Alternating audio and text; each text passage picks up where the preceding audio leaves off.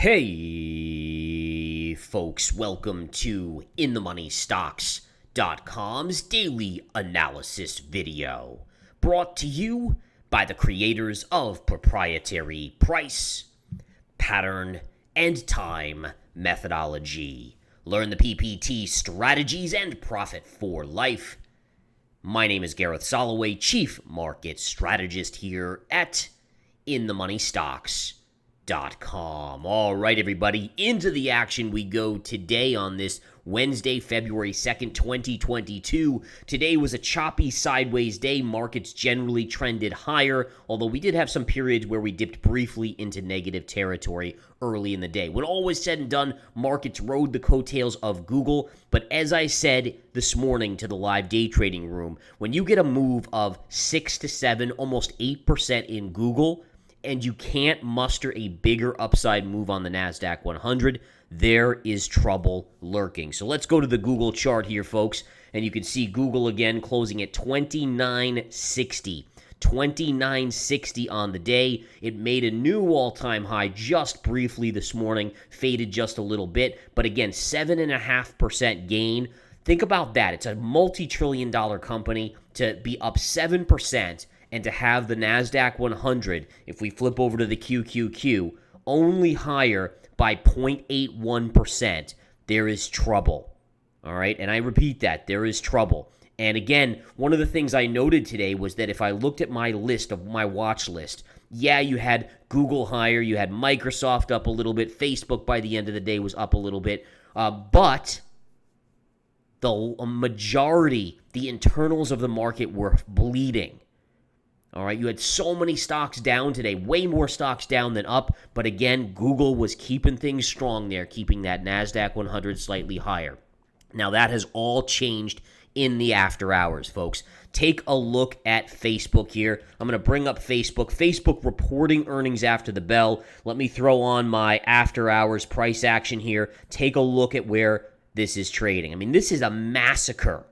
Facebook coming out with earnings that didn't quite meet Wall Street expectations, and then their guidance was weak, and the stock is getting trounced.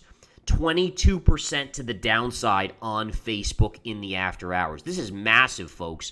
All right, I do have a couple levels I want to point out to you guys here on the charts. All right, number one, there's a little bit of a support area right here. All right, we're just, basically it's right around 245 or so. And then after that, there's a big gap fill right here at just below 240, all right, maybe around 235 or so right there. So, again, look at where you're trading in the after hours. The supports are coming into play here, but this is murdering the NASDAQ 100 in the after hours. And by the way, it's not the only company selling off in the after hours, all right? This is triggering a sell-off in Twitter. This is triggering a sell-off in Snapchat. This is triggering a sell-off in many stocks, including Amazon, in the after hours as well. If we flip over to Amazon, guys, take a look at what that's doing. Now, they report earnings tomorrow after the bell, but now investors are getting really nervous, right? I mean, it was one thing to see Google have a great quarter, but now look at Amazon coming in after Facebook, and investors are selling that news. So you have Amazon down $100 after hours. But again, if you think about it, right, if we go to the charts on the S&P 500, I mean, look at the bounce on the S&P 500. We talked about a retrace to the scene of the crime. That's where I was honestly looking to short on the S&P. We were so close right there. But now the S&P 500 is down, or the spiders are down about $3.35 in the after hours. The NASDAQ 100, holy cow, take a look at this drop, folks, closing at 368. All right, 368.49, and is now trading at 361.85. Basically a $7 drop on the Qs in the after hours. So tomorrow is setting up to be an absolute bloodbath on the back of Facebook. Other companies reporting after the bell today included Spotify. Take a look at Spotify getting hammered. This stock is down over $20. Was even down to $150, by the way. So it's actually bounced $20 off of the lows. And then also take a look at Qualcomm reporting after hours. That stock was up nicely during the day. This one's only up down about $2 in the after hours. So at least that's not getting crushed on the back of earnings. But man, oh man, folks, this is some wild stuff here. I have no idea where Facebook will go, but I will tell you this gets down to 235. I start nibbling on a long. And in addition, I mean, thank goodness we took all those profits off the table over the last couple days, because certainly we are going to get a big chance to reignite some of those trading opportunities. Like, I'm just scanning through here. Palantir, take a look at PLTR, folks. All right, look at this drop here, back below $13. And I would actually, right around $12.30 or so, I would absolutely be interested in repositioning myself. So be ready tomorrow, folks. We might be on a buying spree if some of these levels get to the right levels. Take a look at Affirm here, AFRM. AFRM closing down on the day already, another $2 down. But Affirm, you get down to about $55 or $54, and that makes a lot of sense to me, again, for a quick swing trade bounce. But man, I mean, unbelievable price action in the after hours, folks. It's amazing because you're seeing stocks like Google go up so much, and then other stocks like Netflix and Facebook absolutely get trounced. Apple was kind of one of the, the least movement stocks. It was up on the back of earnings, but yeah, I mean, it's certainly, it was kind of one of the calmest of these big trillion-dollar names. I mean, just a remarkable price action here on the back of Facebook's earnings after the bell. All right, so again, what does this all mean, folks? And you'll notice I didn't even go to the intraday chart on the spiders because I don't even know if it's worth it at this point. I mean, I can show it to you guys real quick. Basically, you had what we would consider a non-event day, right? So you opened here, and let me just reset this so we get a better picture here. But basically, you opened up here and you floated neutral to higher throughout the course of the day.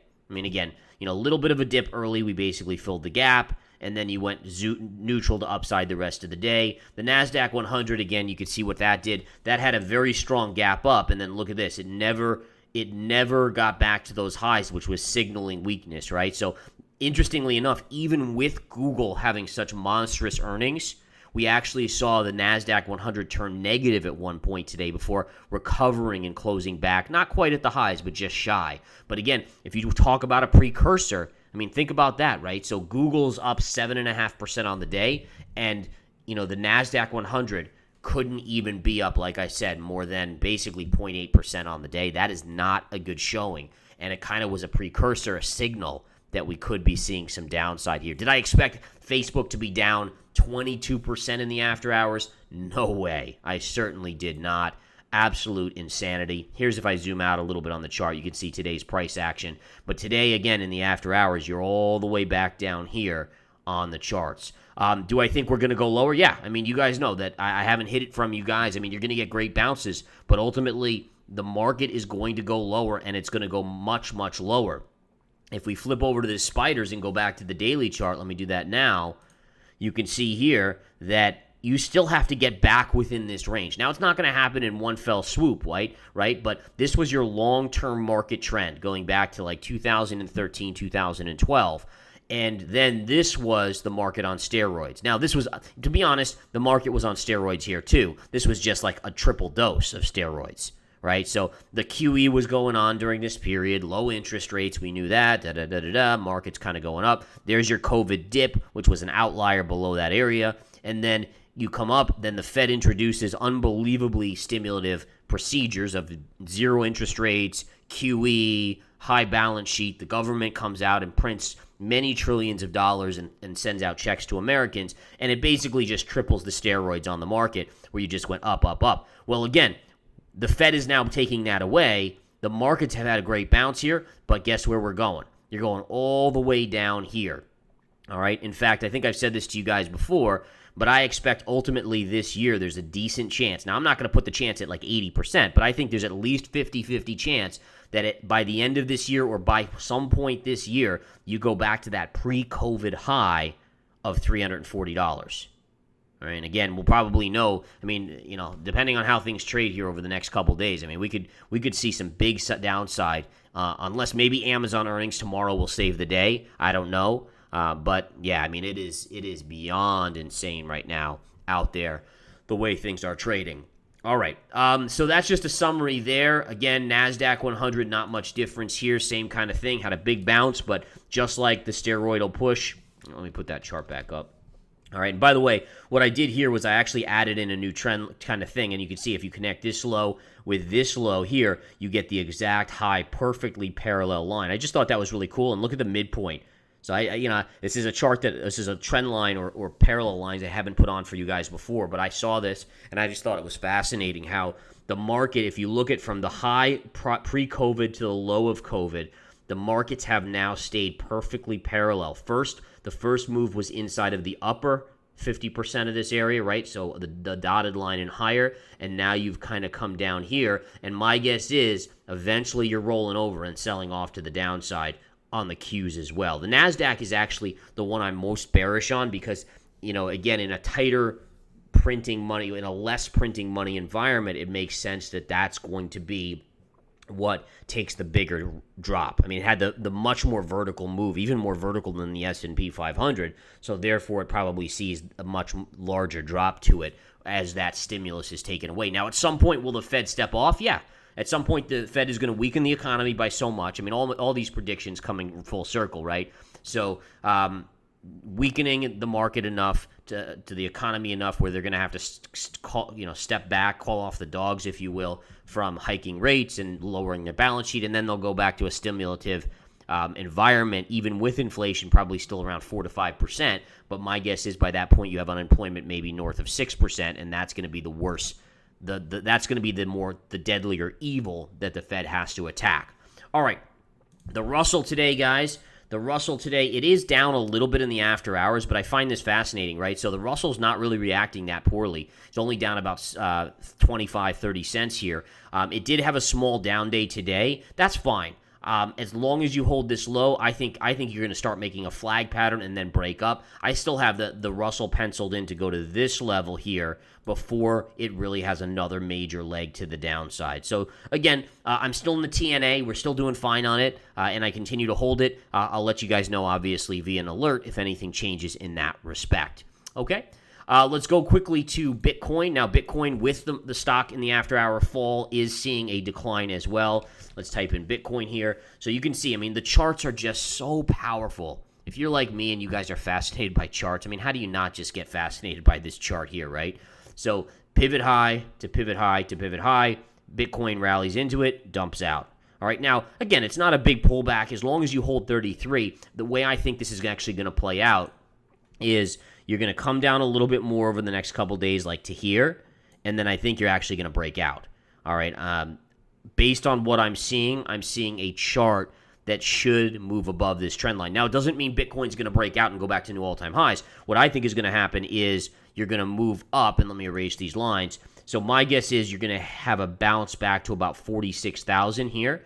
So you'll kind of come down here a little bit more, flag out. Then you'll have a breakout of this trend line. You'll go here, and then you'll start trading back down. This line is going to slope down even more, and now this line will become support. But again, it's a down-sloping trend line. So within 6 months, this line is going to be a lot lower, right? I mean, if you think about the 6 months ago, I mean, this is, by the way, this is just since November. Look at how vertical. So this line has gone down from 69,000 up here since November, and now we're in February. So you only had November, January, and then the beginning of February. So in 2 months, this line has declined from 69,000 to 37,000. So what that means is that, even though this is going to be support, within a month or two, this is going to be in the sub 20,000 range, which is ultimately where I think this is going, where I think Bitcoin is going to go.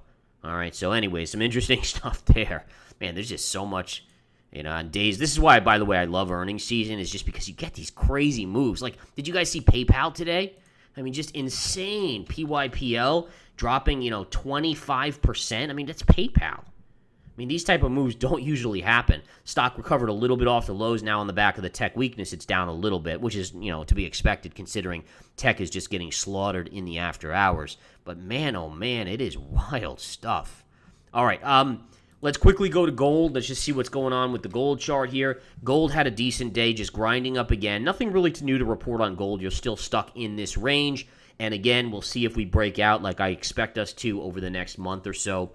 On the silver chart, kind of the same thing, flattish day on silver. Silver, again, I'm just really following the 2150 level here. If that breaks, I think you go all the way down to 19. If you can break this trend line to the upside, and you could really start it here and connect it all the way through. That's the one you're watching now, which is around 24. Then you could easily go back to 29. So basically, again, follow this right here. All right, so do we break here or do we break down here? Break down here, this is where you're going. If you break up here, then you go back to your highs on silver. Right now, you're towards the lower side, but that doesn't tell you much. Remember, you could just chop in here for another month or two, and it would probably stay in that range. At some point, again, if you ask me in 2 years, do I think silver's higher? Yeah, I do think in 2 years. Short term, you might see an economic slowdown that pushes silver down to 19 or so, but then I'm a huge buyer of silver at 19, no doubt about that. All right, let's see what else we have here on the radar. I think that's about it. Let's go quickly to oil. Oil kind of had one of those interesting days today where it was a little bit all over the map. If you look at oil trading right around 88 right now, so you could see it was up, it was down, and it kind of settled almost in the middle. That is a doji, so that's somewhat on the bearish side in terms of a chart formation, but it's not significant at this point, folks. Again, be interesting to see how the tech earnings, do the tech earnings make people rotate more into oil and gas, or does it change the course and maybe bring us the other way? And you see just kind of everyone selling everything. Let's go over natural gas because I do think it's important to look at natural gas here, guys. Nat gas had a monster move today. Absolutely huge move here. It's had a big run. There is resistance coming up very soon. I want to show you this line because I am thinking about buying KOLD. So I have a trend line right here and a trend line meeting right here. So basically, right up in this vicinity would be a big level on it. All right, so keeping an eye on that area right there on the natural gas chart. And it's been a run-up of crazy proportion. Now, what you have to be careful about with natural gas is the Russia-Ukraine situation. I'm still in the camp that I think the odds favor a resolution that's not violent, that doesn't involve an invasion. I just, again, am having a hard time figuring out the benefits for Putin. Not that he needs benefits. Obviously, he can do what he wants. He's pretty much a dictator. But again, people act, accordingly based on, is it going to benefit or hurt? If it benefits, like taking Crimea, there was a strategic, shipping area and one of the nicer areas there. There were specific reasons why that made sense. And it was kind of the first straw where, yes, they got sanctions because of it, but it wasn't really that big of a deal. Now they already have a lot of sanctions from the elections and all this other stuff, and you do this, do you provoke an all-out war? All these different scenarios, and what are they really gaining besides a huge area that they're going to have to take over with street warfare? I don't know. And ultimately, if Putin should look at the U.S. and Afghanistan, unfortunately, and kind of that type of long drawn-out war as being a good possibility if they do that. And certainly that wasn't very popular here in the U.S. When all was said and done. So anyways, again, it's just my 2 cents. Doesn't mean a whole hill of beans, but I'm still in the camp that they probably don't invade, especially they won't do it before the Olympics, right? They're buddy-buddy with China, so I can't see that happening. But, it's wild stuff. All right, guys, you guys have a wonderful rest of your day. Let's see what the heck happens with this market tomorrow. Certainly be ready for some trading opportunities. Let's rock and roll. Take care.